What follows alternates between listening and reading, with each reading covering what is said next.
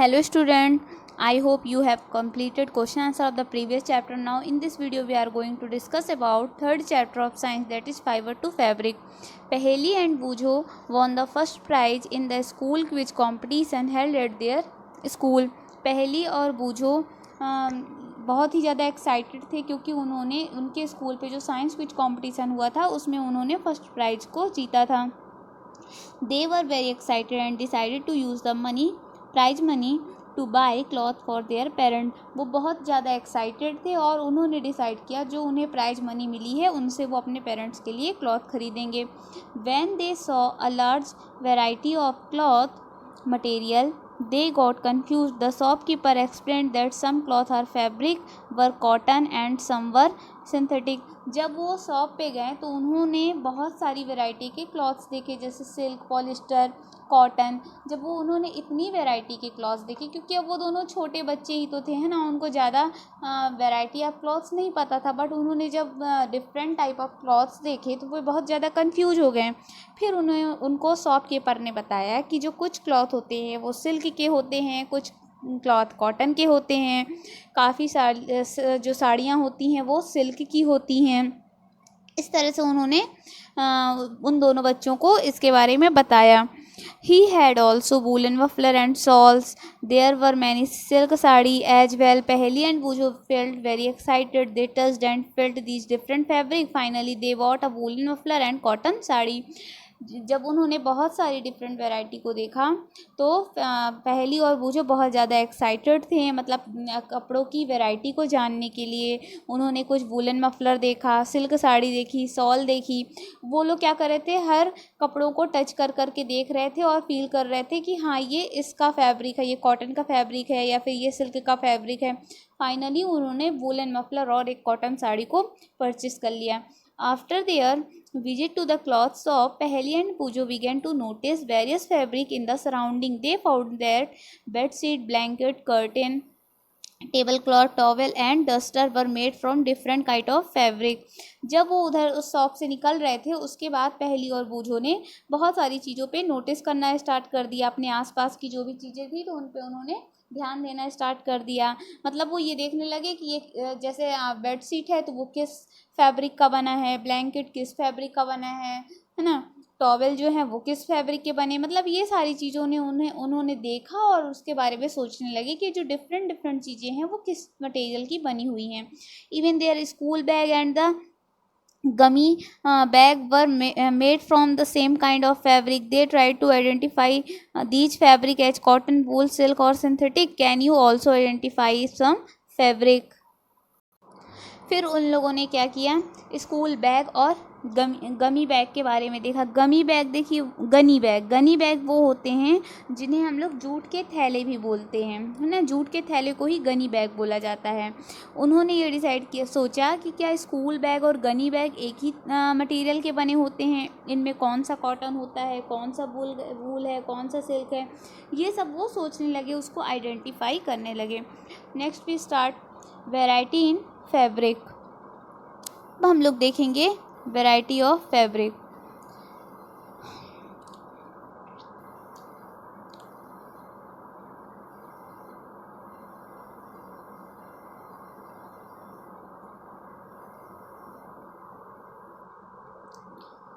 तो इसमें सबसे पहले हम लोग पढ़ेंगे फाइबर के बारे में.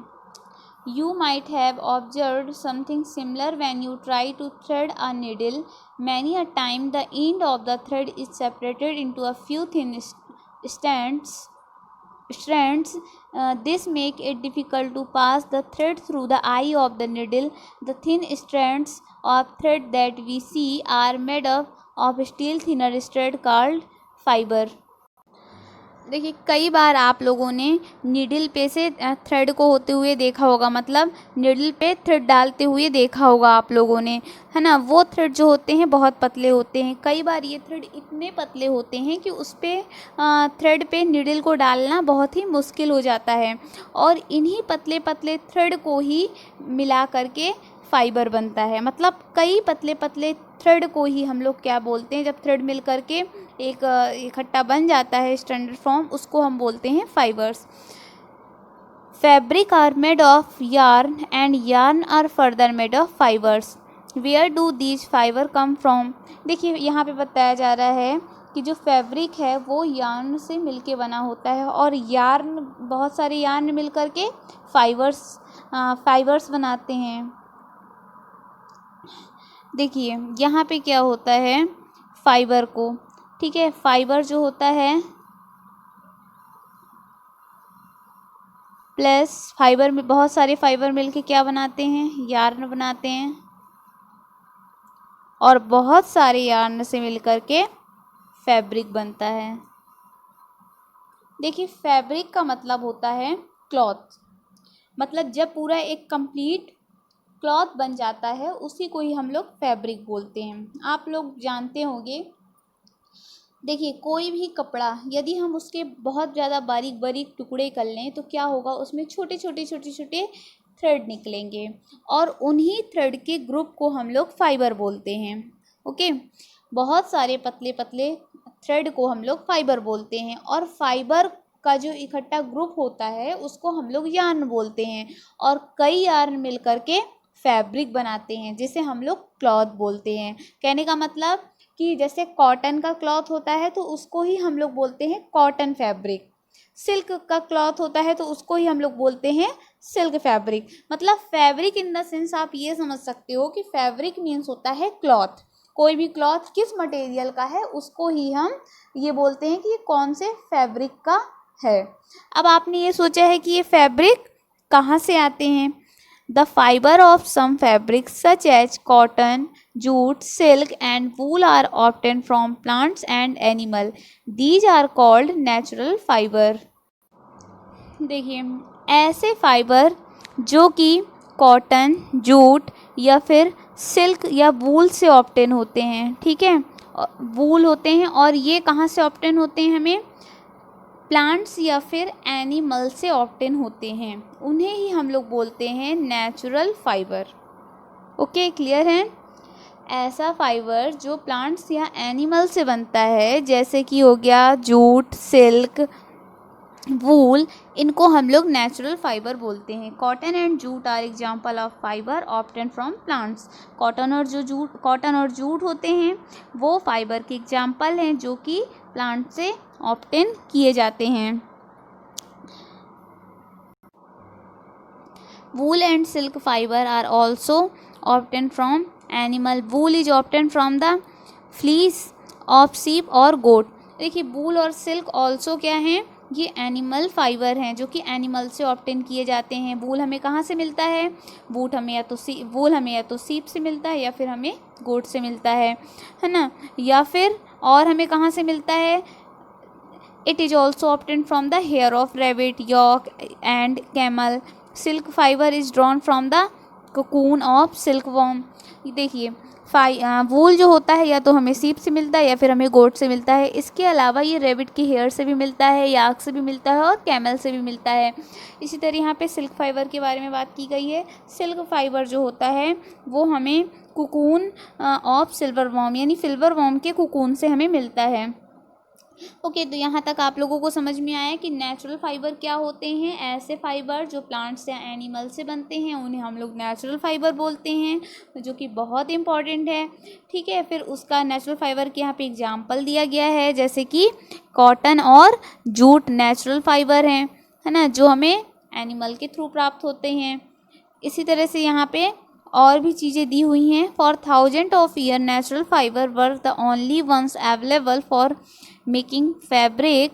इन the last 100 or so fiber are also made from chemical substance which are not obtained from plant or animal sources. These are called synthetic fibers. Some example of synthetic fiber are polyester, nylon and acrylic. देखिए ऐसे fibre जो कि plant और animal से हमें नहीं obtain होते हैं, मतलब प्लांट और एनिमल सोर्स से ऑब्टेन नहीं होते हैं, इन फाइबर को हम लोग क्या बोलते हैं, सिंथेटिक फाइबर बोलते हैं।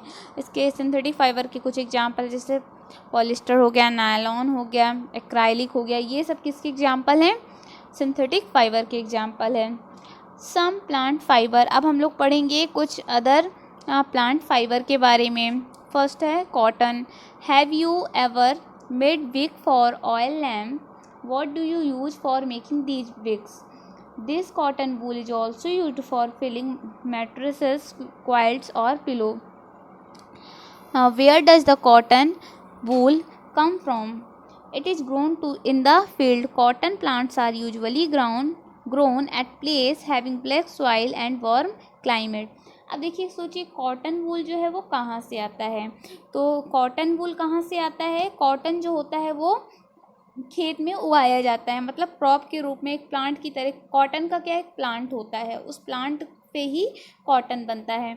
यहाँ पे बताया जा रहा है कॉटन का प्लांट होता कहाँ है, किस प्लेसेस में होता होगा. तो कॉटन का प्लांट जो है वो ऐसे प्लेसेस में होता है जहाँ पे ब्लैक सॉइल होती है और वार्म क्लाइमेट होता है. Can you name some state of our country where cotton is grown?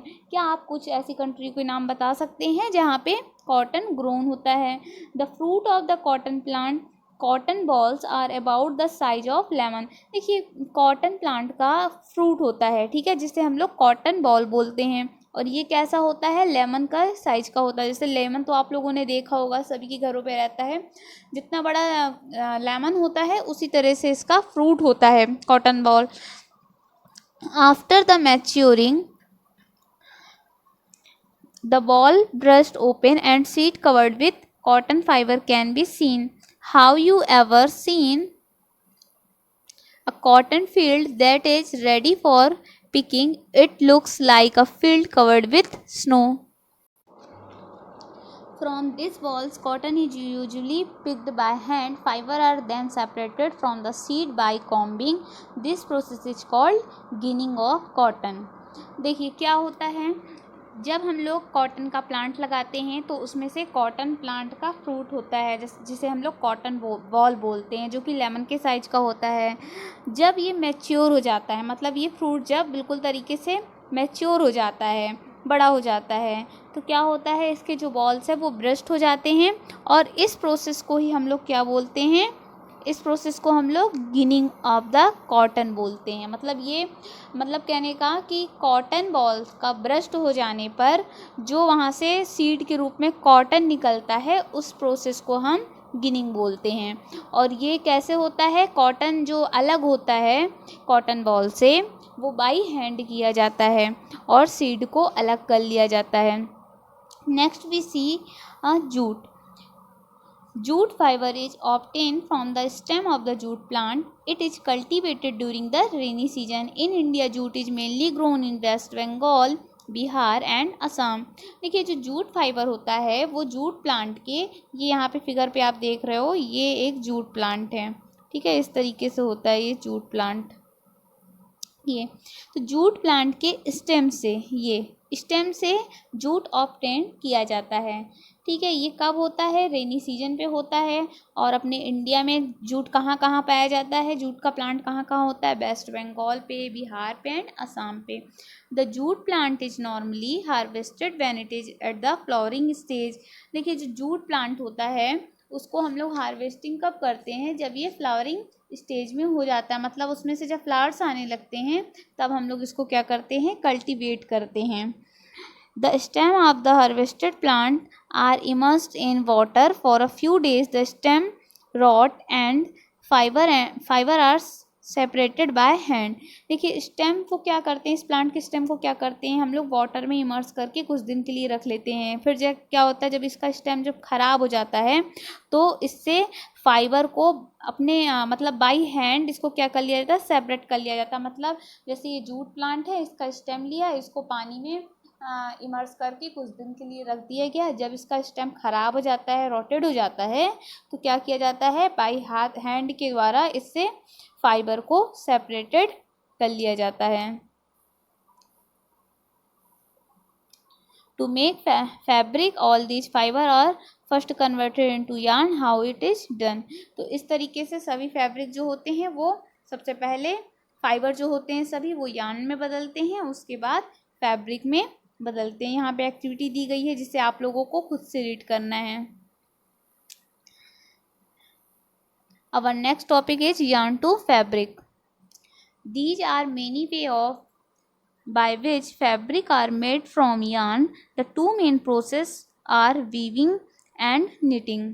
अब देखिए, अब हम लोगों को पढ़ना है इसमें कि यार्न से फैब्रिक कैसे बनता है। जैसे अभी मैंने बताया, सबसे पहले क्या होता है, रॉ मटेरियल फाइबर होता है, फाइबर से यार्न बनता है और यार्न से फैब्रिक बनता है। तो अब हम लोगों को यहाँ पे यही चीज़ पढ़ना है कि जो यार्न होता है, यार्न से फैब्रिक किस तरीके से बनता है। तो देखिए, इसकी दो मेथड होती हैं। First is the weaving. In activity second, you might have noticed that a fabric is made of two set of yarn arranged together. The process of arranging two set of yarn together to make fabric is called weaving. मतलब बहुत सारे yarn को मिला करके जब एक arrangement बनता है ना, तो उसको ही हम लोग क्या बोलते हैं, वीविंग बोलते हैं। मतलब बहुत सारे यार्न को मिला करके जो एक पर्टिकुलर अरेंजमेंट बनता है, उसे ही हम लोग वीविंग बोलते हैं। फिर यहाँ पे एक्टिविटी बताई गई है। देन हम लोग नेक्स्ट पढ़ेंगे knitting. Have you noticed how sweater are knitted. देखिए, आप लोगों ने देखा होगा या नोटिस किया होगा इस चीज़ को कि स्वेटर कैसे नीटिंग होते हैं। नीटिंग का मतलब होता है बुनना। आप लोगों ने, आप सभी कोई ने देखा होगा कि घर में मम्मी लोग स्वेटर को बुनती रहती हैं ना, इसी को ही हम लोग क्या बोलते हैं, नीटिंग बोलते हैं। तो देखिए, नीटिंग क्या होता है। In knitting a single yarn is used to make a piece of fabric. Have you ever pulled the yarn from a torn pair of socks? What happens? A single yarn get pulled out continuously as the fabric gets unraveled. Socks and many other clothing items are made of knitting fabrics. Knitting is done by hand and also a machine. लेकिन knitting यानी होता है वही बिनना। हम लोग क्या करते हैं, स्मॉल पीसेस फाइबर्स को लेते हैं और उसको बिन करके एक पूरा कंप्लीट क्लॉथ बनाते हैं। देखिए, यहाँ पे ये फिगर पे आपको ये दिखाई गई है। यहाँ पे एक ये लेडी बनी हुई है जो क्या कर रही है, जैसे कपड़े बनाते हैं ना, तो उसके लिए हम लोग क्या करते हैं, जो छोटे छोटे थिन थ्रेड होते हैं, जिसको हम लोग क्या बोलते हैं, फाइबर बोलते हैं, है ना। तो जो छोटे छोटे फाइबर होते हैं, तो इस फाइबर को क्या कर रही है, ये एक साथ इकट्ठे कर करके क्या कर रही है, इसको बिन रही है। और जब ये पूरा बुन जाता है तो उसको ही हम लोग बोलते हैं क्या, फैब्रिक बोलते हैं। तो ये जो नीटिंग का काम होता है वो या तो हैंड के द्वारा होता है या फिर मशीन के द्वारा होता है। वैसे आजकल किससे होता है, मशीन से होता है। पहले ज़रूर ये हैंड के द्वारा ही होता था, बट आजकल ये सब मशीन के द्वारा भी पॉसिबल है, क्योंकि मशीन से होने पे इसमें फ़ायदा है कि ये जल्दी होता है और ईजली वे पे कम टाइम पे जल्दी से रेडी हो जाता है। Next we see the history of clothing material. अब हम लोग पढ़ेंगे कि क्लॉथिंग मटेरियल की हिस्ट्री क्या होती है. Have you ever wondered what material people used in ancient time for clothes? It appears that in those time people used the bark and big leaves of tree or animal skin and fur to cover themselves. क्या आपने सोचा है कि पहले के समय पे, ancient time पे लोग किस टाइप के कपड़े पहनते थे, है ना। उस टाइम पे क्या होता था, आप लोगों ने पढ़ा होगा हिस्ट्री में इसके बारे में कि पहले के लोग क्या करते थे, जो बड़े ट्री होते हैं उसके जो बिग लीव्स होते हैं उन्हीं को ही कपड़े के रूप में अपनी बॉडी पे ढक लिया करते थे, क्योंकि उस टाइम पे ना क्लॉथ्स वगैरह नहीं चलता था, है ना। तो क्या करते थे, जो बड़ी ट्री होते हैं उनके जो बड़े लीव्स होते हैं उनको लपेट लेते थे अपनी बॉडी में, या फिर किसी एनिमल की स्किन या फिर फर, उससे अपने बॉडी को प्रोटेक्ट करते थे. After people began to settle in agricultural community, they learn to weave twigs and grass into mat and basket. Vines, animal fleas or hair were twisted together into long strands. These were woven into fabric.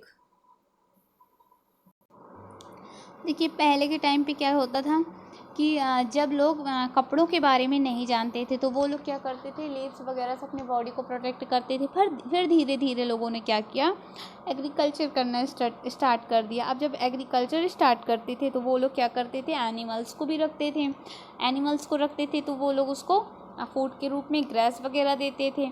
तो उन्होंने देखा कि वो क्या करते थे, grass जो होती है उसको जोड़ जोड़ करके मैट बनाया करते थे।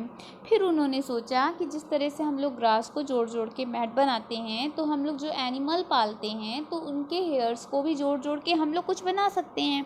फिर उन्होंने क्या किया, उनके हेयर्स को एक एक लेयर जोड़ जोड़ करके एक मतलब एक बड़ा सा पूरा तैयार कर लिया, जिसको ही हम लोग बोलने लगे कि ये कपड़े है, और उसी को ही अपनी बॉडी को प्रोटेक्ट करने के लिए यूज करने लगे। फ्लैक्स, फिर यहाँ पे फ्लैक्स के बारे में बताया गया है। The flax is also plant that give natural fibre in ancient Egypt. Cotton as well as flax were cultivated near the river Nile and were use making fabrics. देखिए, फ्लैक्स जो होता है वो एक तरीके का प्लांट होता है जो कि नेचुरल फाइबर होता है ना। फ्लैक्स और कॉटन का यूज होता है फैब्रिक बनाने के लिए। पहले के समय पे क्या था, इजिप्ट में इसके बारे में खोजा गया था कि इजिप्ट में क्या होता था, कॉटन फैब्रिक बनाने के लिए सबसे पहले कॉटन और फ्लैक्स को मिक्स करके ही बनाया जाता था। In those day stitching was not known. People simply draped the fabric around different part of their body. Many different way of draping fabric were used. तो इस तरह से पहले के समय पे क्या करते थे, पहले ज़्यादा इतनी लोगों को जानकारी नहीं थी, तो इजिप्ट में सबसे पहले फैब्रिक का इस्तेमाल होता था और वो लोग फैब्रिक बनाने के लिए फ्लैक्स और कॉटन मटेरियल का यूज करते थे। Just as there is a large variety in the food eaten all over the country, a large variety exists also in fabric and clothing them. जिस तरह से हम लोगों को डिफरेंट कंट्री में अलग अलग तरीके वैरायटी के फूड खाते हैं, उसी तरह से हर जगह अलग अलग कंट्री पे डिफरेंट टाइप के फैब्रिक हम लोग पहनने के लिए यूज करते हैं। Okay students, thank you. I will send the question answer in the next video.